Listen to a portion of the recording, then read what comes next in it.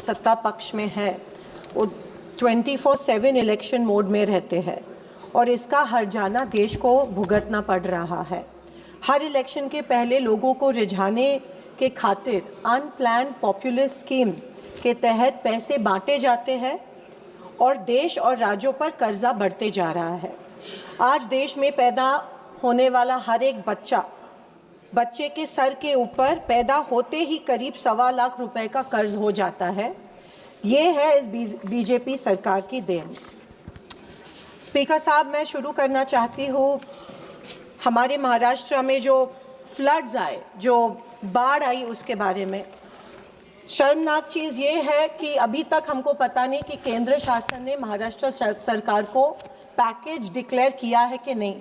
जब बाढ़ आई, जब बारिश हुई, उसके बाद में सेंट्रल गवर्नमेंट से एक टीम भेजी गई थी महाराष्ट्र में, लेकिन महाराष्ट्र के मंत्री कहते हैं कि उनको अभी तक पैकेज मिला नहीं है और सेंट्रल गवर्नमेंट कह रहा है कि महाराष्ट्र गवर्नमेंट ने अभी तक प्रपोजल भेजा नहीं है, या महाराष्ट्र गवर्नमेंट प्रपोजल भेजना नहीं चाहती है सेंट्रल गवर्नमेंट के पास, या सेंट्रल गवर्नमेंट महाराष्ट्र के किसानों को अन्याय करके अभी तक पैसा देना नहीं चाहती है। इसके बारे में सेंट्रल गवर्नमेंट से हमें एक स्टेटमेंट अपेक्षित है कि एग्जैक्टली कितना पैकेज, कितने पैसे महाराष्ट्र के किसानों को मिलने वाले हैं।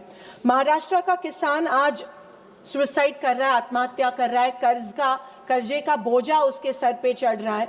हमने मांग की थी कि हर एक किसान को 50,000 रुपीज़ पर हेक्टेयर मिले, लेकिन जिस तरह सीएम ने पैकेज अनाउंस किया, जोक हो रहा है। महाराष्ट्र के किसान का मजाक उड़ा रहे हैं। स्पीकर महोदय, एक किसान के खाते में सिर्फ 6 रुपए जमा हुए, सिर्फ only 6 rupees were deposited in a farmers account.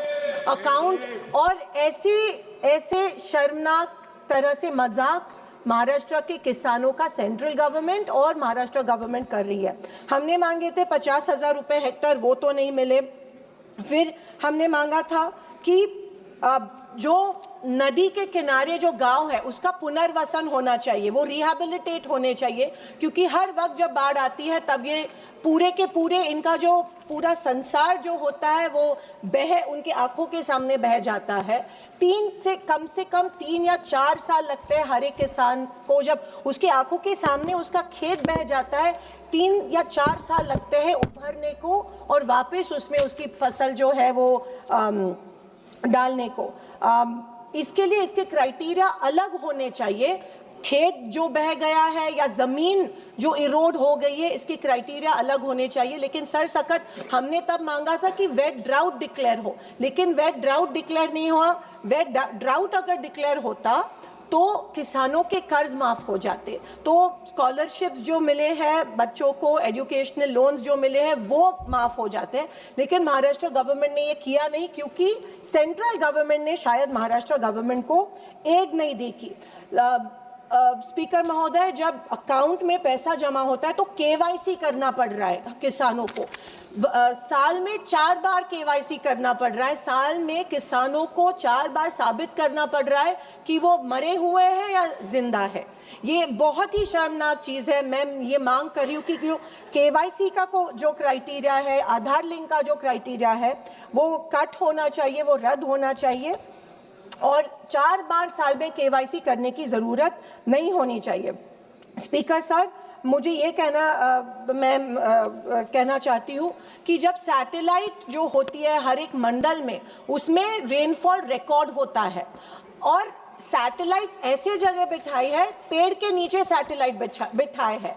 पूरे मंडल में 65 मिलीमीटर से ज़्यादा रेनफॉल होता है, लेकिन क्योंकि वो जो सैटेलाइट है वो पेड़ के नीचे बिठाई गई है, वो रिकॉर्ड ही नहीं करती और कहते हैं कि 0 रेनफॉल हुआ है और इसीलिए उस मंडल को वो जो पैकेज है उसमें बिठाया नहीं जाता है और उस मंडल के में जितने गांव आते हैं उन गांवों के सब किसान इससे वंचित हो जाते हैं। ये बहुत बड़ा प्रॉब्लम इस बार महाराष्ट्र में हुआ है।